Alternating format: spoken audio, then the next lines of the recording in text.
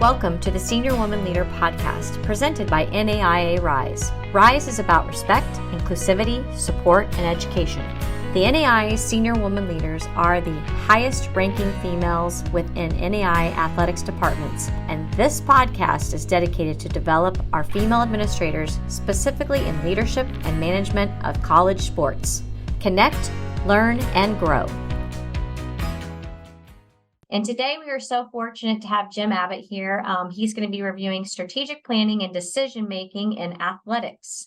And Jim, I'm going to introduce you real quick. If you don't know this, Jim was also inducted into the NACDA Hall of Fame, and then also this year in the NAI Hall of Fame. So we are amongst a true two-timer Hall of Famer with us. Jim, I'd like to turn over to you.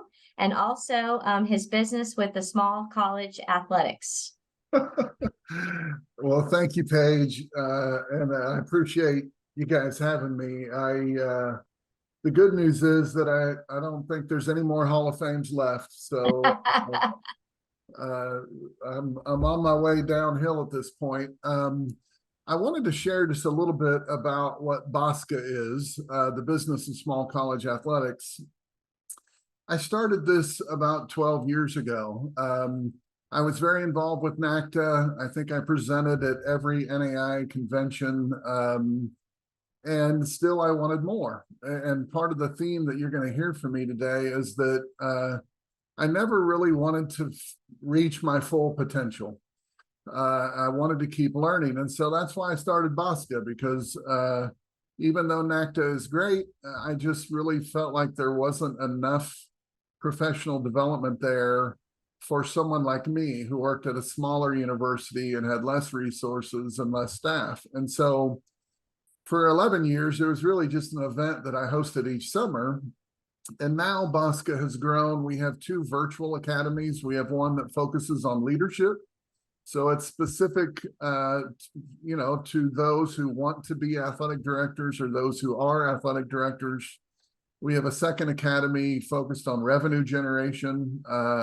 Anybody who worked with me at OCU for 19 years will tell you that's what I did. That was my comfort zone, and the need for resources never ended. So, and then beyond that, we've started some regional events this year. I just got back last week. We were in Pennsylvania. We hosted a regional one-day BOSCA workshop. And so if you're out there in a region with lots of other schools and you need somebody like me to help facilitate a professional development event, give me a call. I'm looking to do it. And I would just tell you, I retired as an athletic director 2 years ago. And so you can think, well, what does this guy know? He's been gone for 2 years, and that's fine. But my passion and a lot of what I do is really based in how overwhelmed I was when I started as an athletic director.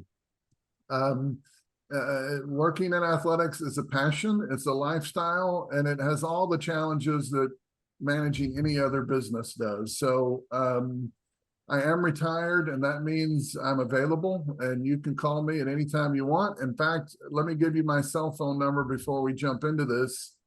My cell phone is 405-208-9133. If there's something I can do to help you, if you need somebody to vent to, if you're trying to make a decision about your career, feel free to give me a call. You can also find that on our website, which is smallcollegeathletics.com. All right. Sorry, Paige. That was sort of a long introduction, but I'm assuming you're controlling the PowerPoint. So let's get going to the next slide. Perfect. And I just put the phone number in the chat. Okay. So I gave a presentation sometime in the last year to the Heart of America. They also have a lunch and learn program, which I think is a great idea, by the way. I know we're getting a little tired of Zoom. I always wonder about the people who have their cameras turned off. Are they really listening or not? But part of what I talked about was what my expectations were for the senior administrators that I had at Oklahoma City University. And I have to tell you, when I started in 2002 as the athletic director, there were no other senior administrators. It was just me. But as time went on and as we were able to show the need for additional administrators, and when I think about this audience, which is athletic directors and SWLs, among other things, I just wanted to share a little bit about what my thoughts were and what I expected from those people. This might be the same as it is on your campus, and it might be different. But the first one for me was do your job well, then do more. And here's what I mean by that. Most of our staffs are so small that we have to be versatile. But before we worry about the versatility and adding tasks to your job, I want to make sure that you're focused on doing your job well. That job might be compliance, it could be fundraising, it could be internal operations, whatever it is. Number one, you got to be an expert at what we hired you to do. And as you prove that you're an expert, if you work for somebody like me, I'm just going to add more and more to the plate for you. And in most cases, I did that, one, because we needed it. We needed versatile people who could do whatever, but two, to help develop you as an administrator. So that would be oh, I don't know if I heard somebody there or not. That would be the first thing that I would talk about. The second expectation for our senior administrators is that revenue and recruiting is everyone's responsibility. We relied significantly at my university on external revenue. There are very few schools represented here today that have more money than they need. And so whether you're a coach or an athletic trainer or an assistant AD or whatever the role was, I wanted to make sure that you felt part of that process. It didn't mean necessarily that you had to go sell a sponsorship, but you could always be on the lookout for a prospective sponsor or a prospective donor. It didn't mean necessarily that it was your job to recruit soccer players, but I wanted everyone to feel a role in that. So if our soccer coach was bringing a recruit around campus, we could help participate in that process. The third thing for me, and this was a biggie, was be honest and tell me what's on your mind. I do not need senior administrators who just agree with me or keep their mouth shut. I want people who speak frankly, who are willing to share what their thoughts are, and then whether I took that advice and followed it or whether I had to make some other decision as the athletic director, I expected that you were going to support that decision. So I really encourage you to speak frankly, and hopefully you work for someone who is receptive to that, who doesn't take it personally, but I would encourage you to do it. My next expectation is develop a growth mindset. What I just told you was I spent 19 years as an athletic director. So that means I went to 19 NAI conventions, 19 NACDA conventions, 11 BOSCA conventions that I not only attended, but I had to put on. Every opportunity I had to grow and get better, I took advantage of it. I mean, every one. And I had the same expectation for the people who worked for me, senior administrators, coaches. I encourage coaches to be involved in their coaches association, but more than that, I encourage them to aspire to lead the organization. And so in my case, I wasn't just a member of the NAIADA, I was the president. I wasn't just a member of NACDA, I was a member of the executive board. And so wherever you're at, and number one, let me just say, the fact that you're taking time today to listen to an old has-been guy like me today is encouraging. I think every opportunity you have to interact with peers in the business, whether it's NAI, D2, D3, NJCAA, whatever, is an opportunity to learn and grow and create a connection that can be beneficial for you. The biggest hindrance to professional development is money. Going to conventions is expensive. Flights and hotels and registration fees. I mean, it's hard to do. But I just encourage you to do what you can to participate. If you're an AD on this call or aspire to be an AD, budget money to provide opportunities for people to grow. Do not be worried that you're going to make them so good that they leave for another job. Be worried that if you don't help them grow, they're not ever going to be as good for you as they can be. So you hopefully, I don't know if you can sense it over Zoom, but I'm pretty passionate about this. So much so that I work not necessarily full-time, but I work very hard to try to provide this for people. The next one seems obvious, but it's be engaged on campus. And I say that seems obvious, but more times than not, athletic people are pretty comfortable staying in our little athletic area of campus. And that doesn't do any of us any good. Most all of us work on a small campus, maybe 3,000 or 4,000 students or less, maybe 500. And if you're going to help the athletic department achieve all that we can achieve, you've got to be engaged, whether that's involved in a committee or active in other campus events. In my case, every year I would go to the budget committee. And on my campus, the budget committee is mostly faculty. So 8 or 9 or 10 people. And if I went before that committee with my request and they really couldn't name who our cheer coach was or who our soccer coach was, it wasn't good for me. So there are natural opportunities for athletic directors to be involved, whether that's the cabinet or senior leadership committees. But I really want everyone to seek out those opportunities to be engaged,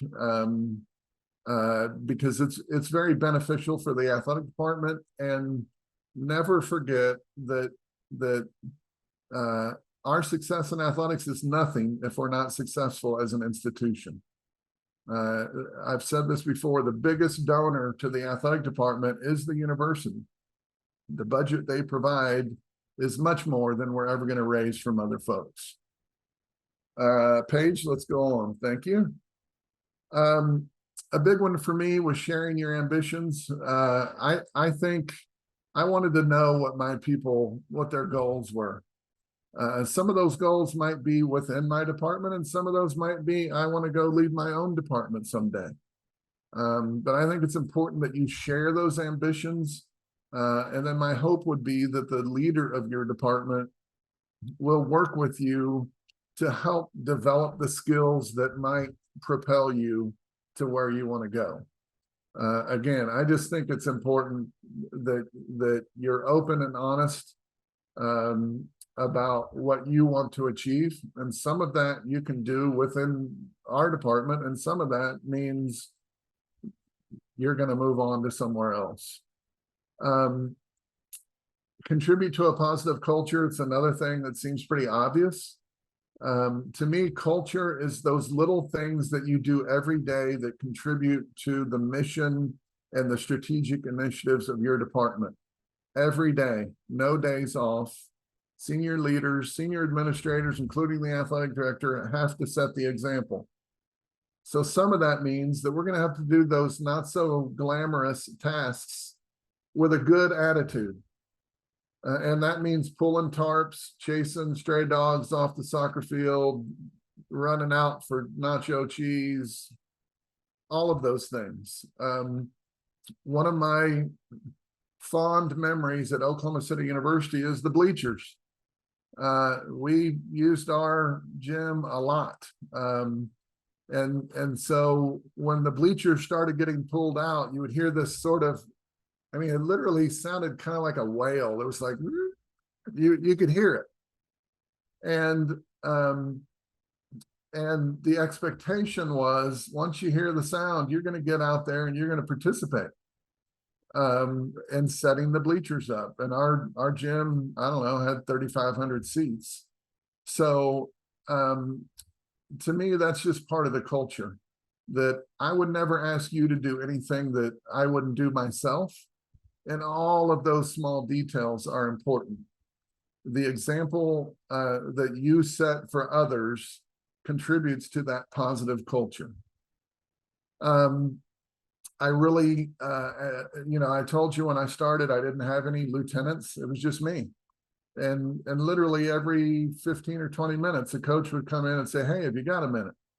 And just like I do, that never lasted a minute. That lasted much, much longer. So I want folks who can help solve problems without my engagement and input. And now, before you think, "Oh, well, Jim's kind of lazy, he doesn't want to deal with stuff," that's not what it's about for me. What I learned in those early days when everybody came running through with an issue was a couple of things. Number one, I've got to teach them how to solve problems, because that's what we do. And if there weren't problems, they wouldn't need me. So I had to teach my coaches. I had to also sort of set these expectations so that they understood, you don't need Jim's input, because Jim has clearly shared with you our mission and our priorities, and you should be able to do that for yourself. But a really good senior administrator is the kind of person that helps free up the time of the athletic director to do more critical things. And I want to be clear, my phone rang at 9 o'clock at night. I got emails all time of the day, and if somebody needed me, they had access. But I think for you, as you're thinking about what your goals are, how can I be most effective in this position? That's part of it. You clearly understand the mission, you clearly understand the priorities, and you help communicate and solve those issues on your own. And the final thing for me is be a great communicator. My folks would tell you, at OCU, I met individually with coaches every 2 weeks. I had staff meetings twice a month. I wanted to be as transparent as possible about, what was going on campus. When I defined success for coaches and worked to create goals, I didn't think I'll just wait 12 months and we'll figure out if we made it. I figured, why don't we just consistently check in, and maybe I can do my job, which is coach you and try to help guide you toward what I think success might be. I think being a great communicator, over communicating is better than under communicating. And you might think, well, wait a minute, Jim, you just told me solve problems before they get to you.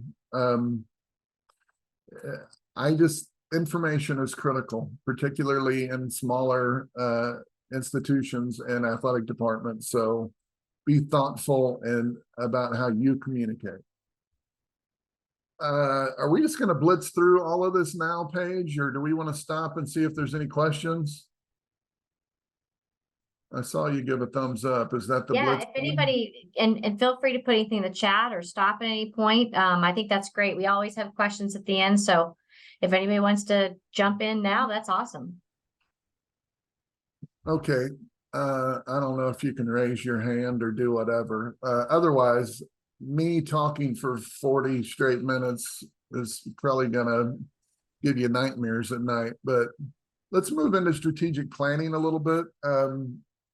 I do some consulting with various campuses on various things, and it's surprising and maybe a little alarming to me that I'm just not sure that folks always have a plan.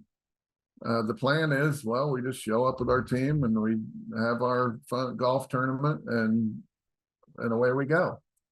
And so I'm a proponent of having a plan. I'm definitely a proponent of having goals. And so, I've put here the impact of COVID. To me, COVID killed any sort of strategy. I've visited campuses that created as a strategic plan right before COVID, and what happened? They didn't do anything.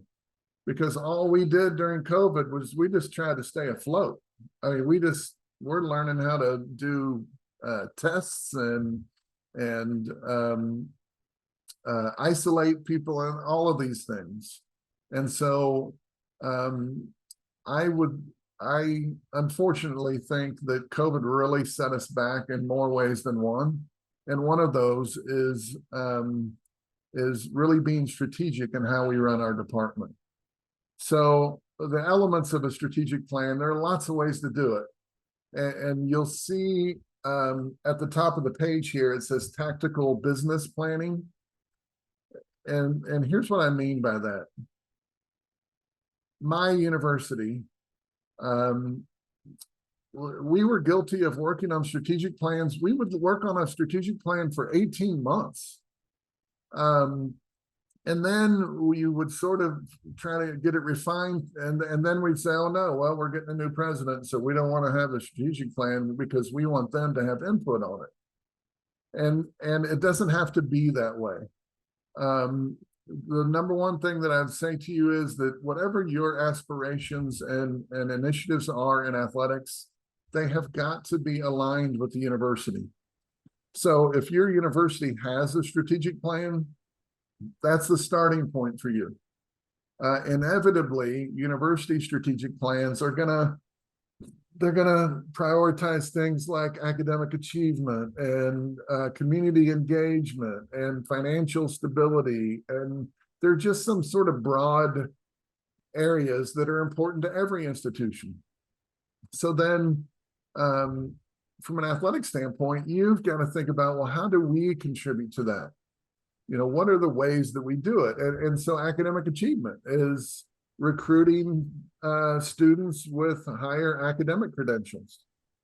It's retention numbers. At what level do you retain student athletes? It's graduation rates. It's GPA. All of those things are measurable areas where athletics contributes to that priority for the university. And the same can be said, you know, financial stability.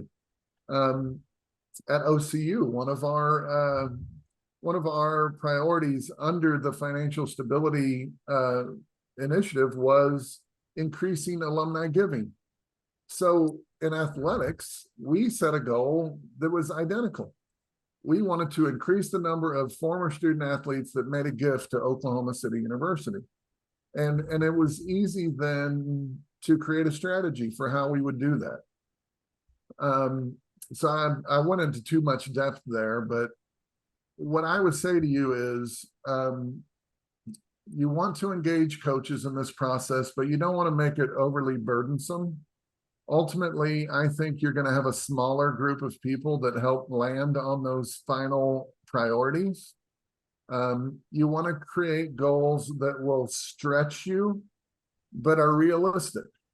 And I want to give you an example because when I started as an athletic director, we were required every year to make a report to the strategic planning committee, the campus committee. And it was quickly obvious to me that every goal for athletics was set by somebody not in athletics. And it was just not realistic. One of the university's goals was to endow every scholarship. And so let me tell you, it's a hell of a goal. It's a great goal, but it's never going to happen because, I mean, we're talking about $10 to $20 billion necessary to do that. So set goals that stretch you. And I'll just give you an example, a fundraising example or an academic example. If your retention rate is 60%, well, the goal is going to be 68% or 70%. And it's not just a goal, it's going to be followed by, here are the 4 things we're going to do that is going to impact retention. And you know, it's, again, financial is easy. We raised $8,000 for our golf tournament. We want to increase that to 10. We had 3 athletic alumni events. Our goal is to increase that to 8. You have to set some goals. You have to then create, here are the 3 steps we're going to take to achieve them.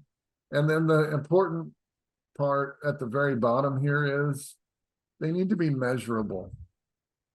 The people who lead your campus, your president, your provost, your vice presidents, the faculty, they are delightful folks. They don't know jack about athletics. They don't know anything about it. They think we roll a ball out, we kick it around and sing the fight song and we're all good. So they do not understand or appreciate the hours and the blood and sweat and tears and effort that goes into this. They may also have no idea of what the financial impact of athletics is on campus. They may have no idea that athletes graduate at a rate higher than non-athletes. They may not know that former student athletes visit campus at a much higher rate than non-student athletes. And so all of these things, as you're thinking about a strategy, keep in mind that you need some data. So you need data as a starting point. What's our graduation rate? What's our retention rate? How many hours of community service did we perform? How much money did we raise? How many alumni gave back? Whatever your goals are, you need that data. So you're going to spend a little time figuring out where are we at. And hopefully you already do that. But again, my experience is not many people do. The year ends and we just do it all over again. So start with the data, set goals, and create those steps that are going to allow you to achieve it. You know, it's like losing weight. I can sit here right now and say I'm going to lose 20 pounds. But if I don't literally wake up and work out 4 times a week, drink a little less beer, or a lot, maybe in my case, and have some other steps to achieve it, you're really not going to be successful. So make sure that you have some measurable data that you can share with your leadership. Because I guarantee you, they don't have the appreciation for what you're providing and what you're doing now. Thanks, Reagan. Regan. Don't worry. I have to share this. I went to the doctor. I had my annual physical, and he said, if you drink 1 less beer a day, that's 26 pounds a year. And I just thought, wow. So if you don't get anything else out of my talk today, contemplate that. All right. I love that. Maybe some other examples of how you're creating measurable goals. I'd love to open it up to anybody who might want to share what you're doing on your campus. Like Jim said, he doesn't want to talk at you for 45 minutes. So surely somebody's got something out there, even if it's a beer story. Finally, something I'm good at, right? Jim, thanks for your time today and your insights into all of this. And it's so true. A lot of the things that you've said. When I think about strategic planning and growth, and I apologize, I was a few minutes late coming from another meeting, but the communication and the misinformation that is consistently out there, we're kind of experiencing that right now. In terms of some projects we have going on, in terms of some growth that we have going on.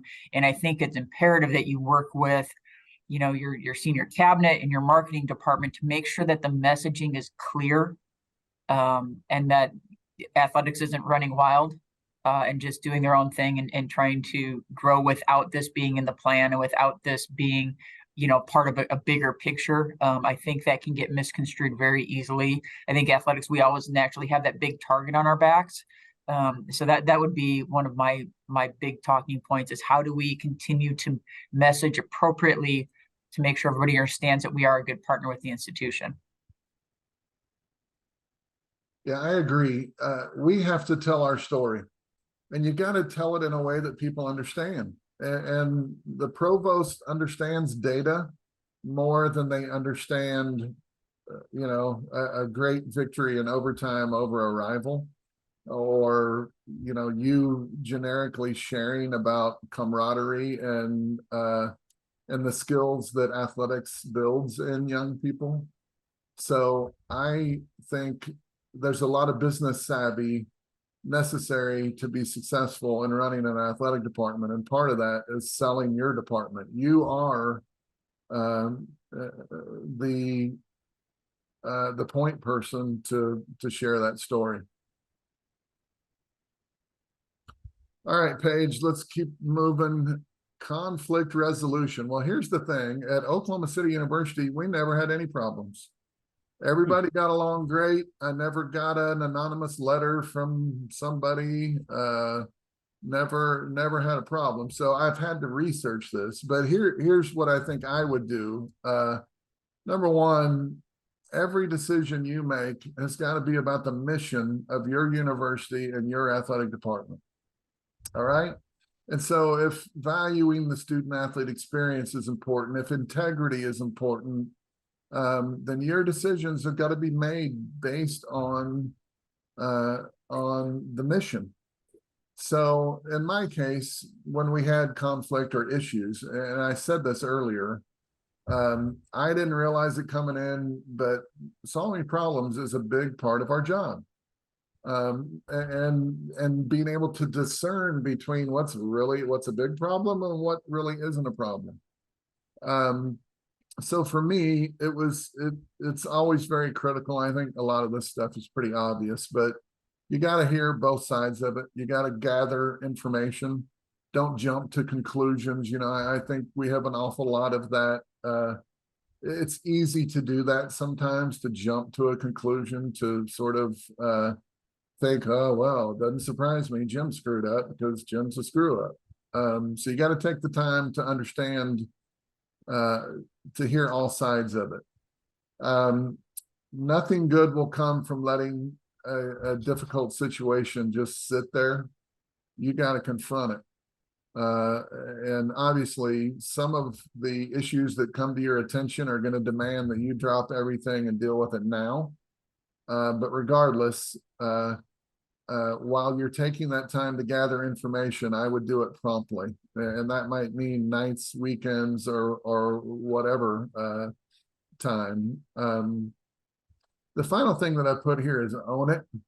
I think one of the great challenges, and it's not just athletics, it's probably any manager. I felt this many times that I had to make a difficult decision. And let's say it was a personnel decision. Or maybe it was a financial, maybe it was, we got to cut budgets and here's how we're going to do it. The difficulty in that is that you're always opening yourself to ridicule. There's always going to be somebody out there who says, holy smokes, why did you get rid of this person? Or what in the world were you thinking? Or how could you cut my budget? And the difficult part is we are not allowed an opportunity to respond. And while we know all of the details and they really don't know many of the details, it is the burden of leadership that you've got to own it. And I don't know that my skin stopped, ever got so thick that it didn't bother me. And you introduced me as a Hall of Famer. Let me tell you, there are plenty of people out there who would tell you Jim Abbott was not very good at what he did. And so I would just reiterate again, deal with it promptly and own it and move on. You've got to be the one to lead the effort to move on, because nothing is going to take us away from our mission and those initiatives that are most important to us. And I think the final thing they asked me to do is just come up with some of the things that I see people out there dealing with. And so I came up with 4, but I'm sure maybe some of you would have a few other things to add. When I started in 2002 at OCU, we didn't have any money. Everybody thinks, oh, that's a rich private school. Well, we didn't have any money. So much so that when I was going to send out a letter to ask for money, we didn't have any envelopes. And I'm trying to figure out, where am I going to get $200 to buy envelopes? And nothing's changed. I think more than ever, athletics has got to be resourceful in generating external revenue, because probably your budget, if you're lucky, stayed flat, and if you're not so lucky, is trending down. We are being counted on more than ever to bring students to campus. And when I go back to your responsibility to communicate to the leadership of your university, part of what you have to be able to do is to communicate what's realistic, and to communicate that if we intend to give a great experience, we cannot do that with 190 football players. It's never going to happen. So obviously resource generation, which is both enrollment and external revenue, that's near the top for me. Mental health and wellness is more important than it's ever been. I think some of it is, the result of COVID, but I think more than ever, we embrace and encourage people to be open and honest about it. And I think it's a great thing. I think many of us grew up in that generation where we just said, suck it up and get back in there. But as we've sort of embraced being open and honest, now when we only have one counselor on campus, or maybe two, it's more challenging than ever. And so I obviously see that as a really big issue that people are dealing with. Staffing the same way. More and more people are realizing, why would I work a job where I work 80 hours a week for, not the greatest pay in the world? For me, it was, I truly loved what I did, and I felt like my job was important. But I think staffing is bigger than ever. We have seen a shortage and challenges with athletic trainers. We see some shortages and challenges with sports information directors. And in both of those cases, we work those people. We have got to be thoughtful about the workload that we're creating. If you have a team practicing at 5 a.m. because of academic schedules, and you have a game at 7 p.m., well, somewhere in there, you've got athletic trainers who can't live a life. So anyway, I'm kind of getting off topic, but I would say staffing issues is a big one. And then obviously I think diversity, equity, and inclusion continues to be. Every BOSCA event that we've done over the last several years has included some focus on that, along with mental health and wellness. So those are some of the things that I see, and that's some of the stuff that I think about. And I think that concludes what I put together for the presentation, but I'd happily answer questions or share more stories about beer drinking or golf or whatever. Yeah, let's open it up.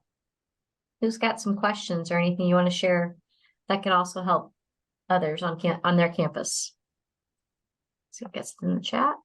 Michael Filing, Montana Western, and I'm fortunate enough to know Jim. Jim helped me through some of the low points in my career, and to the point where when he asked how things were going, when I got to the chair, he said, "Have you? How many people have you ticked off lately?" And that's the truth. And one of the big things, going back to the mission guided statement, there is no perfect time to take over as an AD. Doesn't matter when you take over. Everyone's coming into your office and everyone's asking you to sign this, sign that, do this, do that, and the other. And I got to that point about 6 months in. I felt like I was signing everything, saying yes or no, and making sudden split decisions. And so we ended up, I did such a thing in creating a mission and vision and our core values. And I included our coaching staff in it. And I learned that from BOSCA. I can come in and sit there and say, here's my core values. Here's how I want to run my department. But I need people to buy into them. And so we ended up having our two-day meeting, coming up with our core mission and values. And I can tell you it has helped make decisions, some difficult, some good decisions, but I would echo Jim's sentiment on having that mission and vision, and not just evaluating at year's end, but always evaluating it, because I loved his point of surviving versus thriving. I think now's the time to thrive coming out of COVID, because things are just so ever evolving. And if you aren't evolving and trying to thrive, your departments or your universities are going to be left behind. But big kudos to Jim, and yeah, he's the man.